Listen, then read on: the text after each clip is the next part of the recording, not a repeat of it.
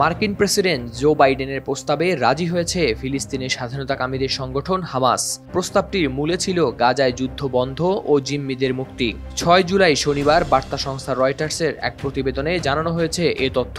প্রতিবেদনে বলা হয়েছে, গাজায় যুদ্ধবিরতি নিয়ে আলোচনা ও জিম্মিদের মুক্তি দিতেই এ প্রস্তাব দেয় যুক্তরাষ্ট্র। প্রস্তাব অনুসারে প্রথম ধাপে অন্তত 16 দিনের জন্য হতে পারে গাজায় যুদ্ধবিরতি।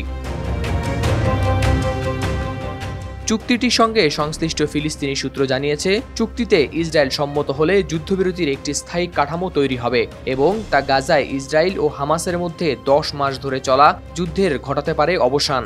নাম প্রকাশ না করার শর্তে ইসরায়েলের একটি সূত্র জানিয়েছে, বর্তমানে চুক্তিটি বাস্তবায়িত হওয়ার সত্যিকারের সুযোগ রয়েছে। এটি গাজায় 10 মাস ব্যাপী যুদ্ধের বিপরীতে অতীতের অগ্রহণযোগ্য শর্তগুলোর বিপরীতে হতে পারে একটি দৃষ্টান্ত। এদিকে রয়টার্স জানিয়েছে, ইসরায়েলের প্রধানমন্ত্রী বেনিয়ামিন নেতানিয়াহুর এক মুখপাত্রের সঙ্গে বিষয়টি নিয়ে মন্তব্য জানতে চাইলে তিনি তাৎক্ষণিক সাড়া দেননি। তারা জানিয়েছে, আগামী সপ্তাহ পর্যন্ত আলোচনা চলবে। এখনও দুপক্ষের মধ্যে অনেক ফাঁক রয়েছে বলেও জানিয়েছে তারা। গত 1 জুন গাজায় 3 স্তরের যুদ্ধবিরতির প্রস্তাবনা দেয় মার্কিন প্রেসিডেন্ট জো বাইডেন। বিবিসির প্রতিবেদনে বলা হয়, 3 পর্বের এই প্রস্তাবে শুরুতে 6 সপ্তাহের জন্য যুদ্ধবিরতির কথা বলেছে ইসরায়েল। এটি হবে যুদ্ধবিরতির প্রথম পর্যায়। এ সময়ে গাজার সব জনবহুল এলাকা থেকে ইসরায়েলি সেনাদের প্রত্যাহার করতে হবে এবং ইসরায়েলের বিভিন্ন কারাগারে বন্দী কয়েকশো ফিলিস্তিনির মুক্তির বিনিময়ে নিজেদের কবজায় থাকা কয়েকজন জিম্মিকে মুক্তি দেবে হামাস। তাদের মধ্যে নারী, বয়স্ক ব্যক্তি এবং আহত জিম্মিরাও থাকবেন। এছাড়া হামাসের হাতে জিম্মি অবস্থায় মারা যাওয়া ব্যক্তিদের মরদেহ বুঝিয়ে দিতে হবে পরিবারের কাছে।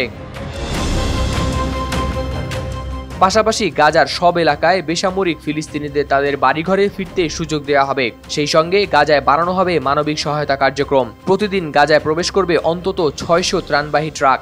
আন্তর্জাতিক সম্প্রদায় গাজাবাসীর জন্য হাজারো সাময়িক আবাসনের ব্যবস্থা করবে। হামাস এবং ইসরায়েলের মন্ত্রিসভা ও প্রতিরক্ষা বাহিনী এই পর্যায়ে স্থায়ী যুদ্ধবিরতির জন্য আলোচনা চালিয়ে যাবে। 6 সপ্তাহের যুদ্ধবিরতি চলাকালে যুক্তরাষ্ট্র ও কাতারের মধ্যস্থতায় শান্তি আলোচনা চলমান থাকবে। যদি আলোচনা সফল হয়, তাহলে পরবর্তী পর্যায়ের পরিকল্পনা বাস্তবায়ন শুরু করা হবে। আর যদি এই আলোচনা 6 সপ্তাহ সময়সীমার মধ্যে শেষ না হয়, তাহলে পরিকল্পনার প্রথম পর্ব বা যুদ্ধবিরতির মেয়াদ আরও বাড়বে।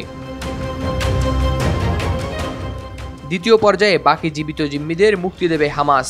তাদের মধ্যে থাকবেন জিম্মি পুরুষ সেনারাও। সেই সঙ্গে গাজা উপত্যকা থেকে ইসরায়েলি বাহিনীর সর্বশেষ সেনাকেও নেওয়া হবে সরিয়ে। হাওলাদার শামীম, RTV।